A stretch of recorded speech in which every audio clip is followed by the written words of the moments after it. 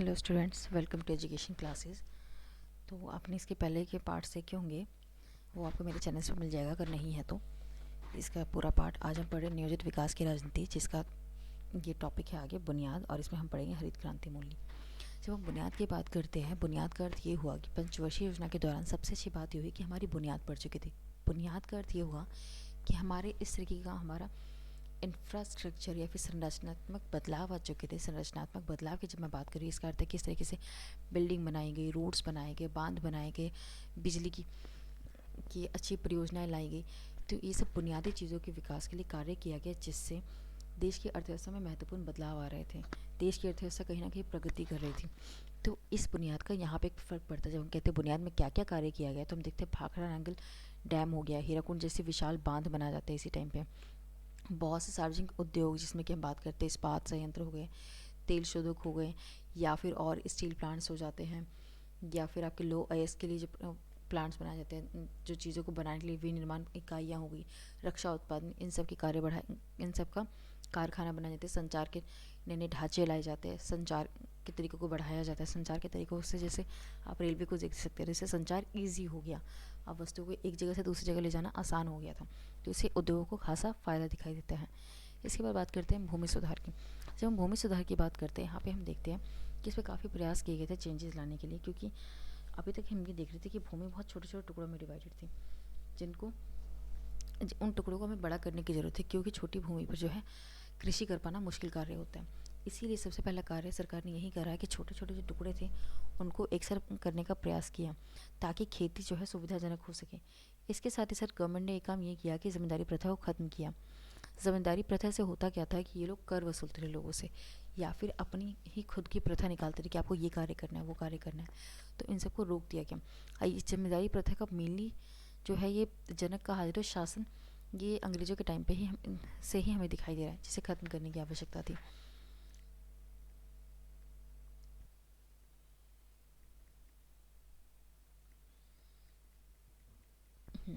इस पर सबसे इम्पोर्टेंट आ जाता है आपका हरित क्रांति। हरित क्रांति बहुत इंपॉर्टेंट। इसमें पंचवर्षीय योजना, उसके बाद हरित क्रांति, ये दोनों टॉपिक्स बहुत इंपॉर्टेंट, बोर्ड में बहुत बार आए हैं इस पर क्वेश्चंस। इवन इस बार भी हर साल लगभग हरित क्रांति पे क्वेश्चन आता है, तो इस बार भी आएगा ही लगभग। तो देखिए, जब हरित क्रांति की बात करते हैं, हरित क्रांति की शुरुआत जब हम देखते हैं तो ये 1960 के दशक में होती है। उसके बाद हम देखें कि हमें हरित क्रांति को लाने की आवश्यकता क्यों पड़ी। तो इसका कारण ये था कि संयुक्त राज्य अमेरिका, एक तो हमारा जो खाद्य सहायता थी, हम पहले खाद्य के लिए विदेशों पर निर्भर थे, जिसकी निर्भरता मुख्यतः जो हमारी उस टाइम पे थी वो थी संयुक्त राज्य अमेरिका से।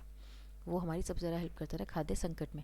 खाद्य संकट के खाद्य सहायता में अगर हमें कुछ भी चाहिए वस्तु, तो हम अमेरिका से इम्पोर्ट यानी आयात करते थे। तो अमेरिका ने जब भी खाद्य हमारी ज़रूरतों को पूरा करना शुरू किया, तो उसने कंडीशन रखी, शर्त रखी कि हमें अपनी अर्थव्यवस्था की नीतियों को बदलना चाहिए। अर्थव्यवस्था की नीतियों को जब बदलने की बात की गई, इसका अर्थ ये था कि ये लोग ये चाहते थे कि हमें जो है पूंजीवादी अर्थव्यवस्था को अपनाना चाहिए। जैसा कि आप पहले से भी जानते होंगे, मैंने आपको पहले भी बताया कि इंडिया ने मिश्रित अर्थव्यवस्था को अपनाया। तो पूंजीवादी अर्थव्यवस्था को अपनाने का अर्थ ये होता है कि गवर्नमेंट यानी सरकार जो है यहाँ के निजी क्षेत्रों को बढ़ावा देती और सार्वजनिक क्षेत्रों को जो है धीरे धीरे कम करती। इस पर इंडिया को ये फील हुआ कि हमें जो है खाद्य सुरक्षा में जो है इंडिपेंडेंस यानी कि आत्मनिर्भर बनने की आवश्यकता है। तो इसी वजह से सरकार ने क्या करा, इस नीति को छोड़ दिया और सरकार ने अब इलाकों पर ज़्यादा संसार लगाने का फैसला किया। गवर्नमेंट ने ये सोचा कि हम अपने यहाँ कृषि पर आधारित आत्मनिर्भर बनेंगे, क्योंकि कृषि एक महत्वपूर्ण कारक है। तो इसलिए गवर्नमेंट ने इस चीज़ को, कृषि को बढ़ाने के लिए, खाद्य संकट को दूर करने के लिए कोशिश करी कि उन्होंने सिंचाई सुविधाएं शुरू करी, खेतों में सिंचाई के लिए कार्य किया। अब इस पर जो भी कार्य होगा हरित क्रांति में, कृषि से संबंधित होगा।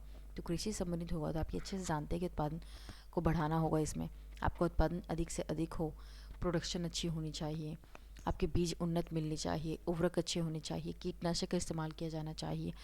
तो इन सब चीज़ों और कुछ छूट दी जाती है किसानों को, ताकि वो अच्छे से कार्य कर सके। मिनिमम सेलिंग प्राइस रखा गया, मतलब निम्न विक्रय दर रखा गया वस्तुओं फसलों का। निम्न विक्रय दर या मिनिमम सेलिंग प्राइस की जब हम बात करते हैं, इसका अर्थ होता है कि किसी भी वस्तु का जो है जो कीमत है वो पहले निर्धारित कर दी जाती है। मान लीजिए कोई गन्ना है, गन्ना उगाया जा रहा है, तो किसानों द्वारा गन्ना उगाया जाता है। तो सरकार पहले ही डिसाइड कर लेती है कि अगर आपका गन्ना कोई नहीं खरीदेगा तो 10 रुपये किलो या जिस भी हिसाब से वो गन्ना बिकता है उसको हम खरीद लेंगे। तो इसीलिए किसान एक निश्चित रहता है कि मेरा जो कीमत होगी वो इससे नीचे नहीं जाएगी एटलीस्ट। तो ये इस तरीके से कार्य करता है। तो गवर्नमेंट ने इस टाइम पे क्या करा, एमएसपी इंट्रोड्यूस किया, गुणवत्ता के बीज उत्पन्न कराए, प्रोवाइड कराए किसानों को, उर्वरक दिया, कीटनाशक दिया, ये सारी चीज़ें दी। और लेकिन इस पर एक चीज़ देखिए कि सरकार ने क्या किया, कुछ क्षेत्रों पर ही ज़्यादा ध्यान दिया, जिसमें आपको पंजाब, हरियाणा, यूपी हम देखते हैं। सरकार ने इसकी ये दलील देखी क्योंकि ऐसे क्षेत्र पर अगर हम देंगे, उनकी अगर हेल्प की जाएगी तो कम समय पर अधिक रिजल्ट दे पाएंगे। अगर हम किसी पिछड़े देश राज्य को उठाएंगे तो इससे जो हमें अधिक समस्याएं आने के संकट रहते हैं, क्योंकि उस पर हमें ज़्यादा खर्च करना पड़ेगा, ज़्यादा समय देना पड़ेगा, और हो सकता है उसका रिजल्ट परिणाम उतना अच्छा ना आए जितना कि इन राज्यों का आएगा। इसलिए गवर्नमेंट ने इस पर ज़्यादा ध्यान दिया। इस प्रक्रिया में एक और चीज़ हम ये देखते हैं कि धनी किसान और बड़े भूस्वामियों को ही सरकार ज़्यादा बेनिफिट दे रही है, क्योंकि गवर्नमेंट अच्छे से जानती है कि ये उत्पादन बढ़ाने में ज़्यादा सक्षम है। अब इसको आप नेगेटिव पॉइंट के रूप में भी लिख सकते हैं, नकारात्मक परिप्रेक्ष्य में भी देख सकते हैं कि इससे जो है धनी किसान और भूस्वामी जो है वही ज़्यादा अमीर हो रहे हैं, गरीब लोग और कम, उनको और बेनिफिट्स कम दिख रहे हैं। तो ये वाला हम नहीं देखते हैं। लेकिन इससे हुआ ये एक अच्छी बात ये है कि इससे जो है हमारे जो खाद्यान्न संकट है वो टल गया।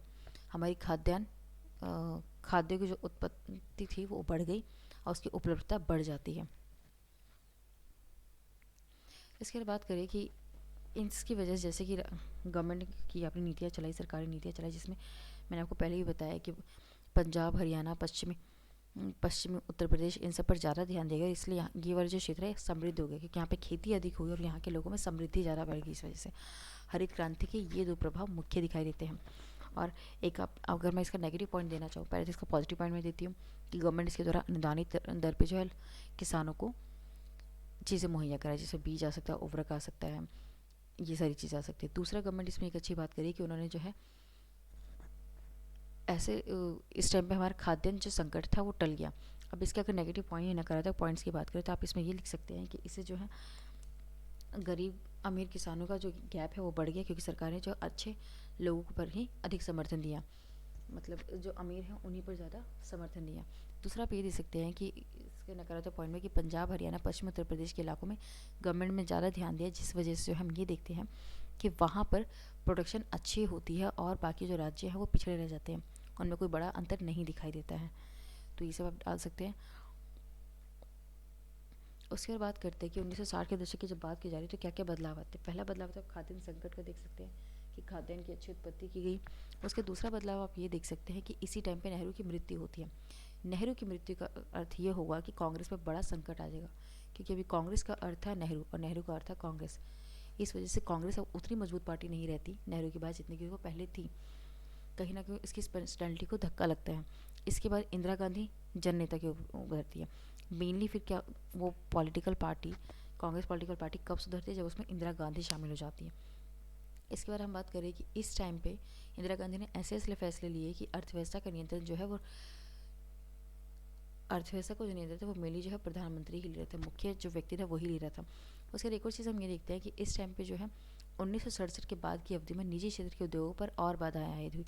मतलब कि 1967 का जो दशक था, इस टाइम पे निजी के जो क्षेत्र थे उन पर समस्याएं यानी संकट जो है और बढ़ जाती है, पहले से समस्याएं बढ़ने लग जाती है।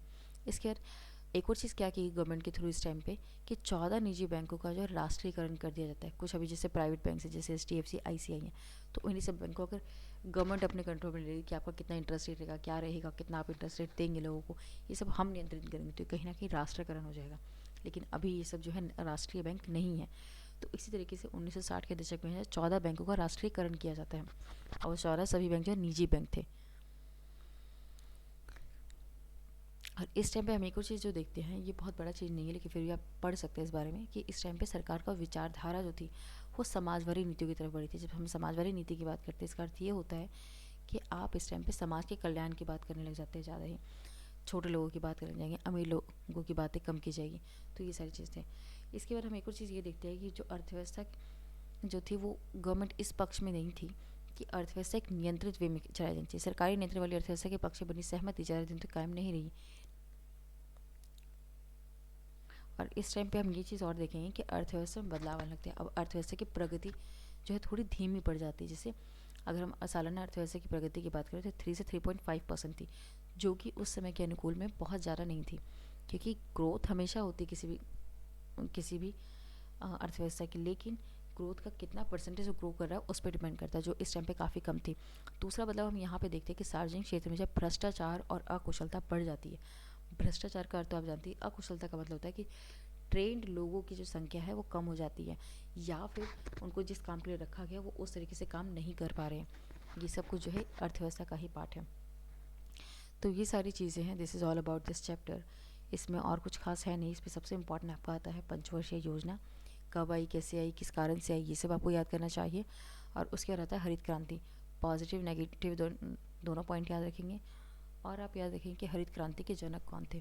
तो क्या आप बता सकते हैं कि हरित क्रांति के जनक कौन थे? कमेंट करना कि हरित क्रांति के जनक कौन थे, जिसे इंग्लिश में ग्रीन रिवॉल्यूशन कहा जाता है।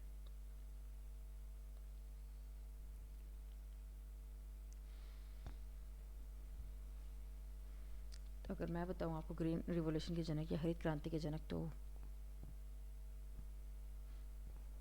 तो इसका नाम आता है William God and Norman Borlaug. इनको जो है mainly father of green revolution कहा जाता है।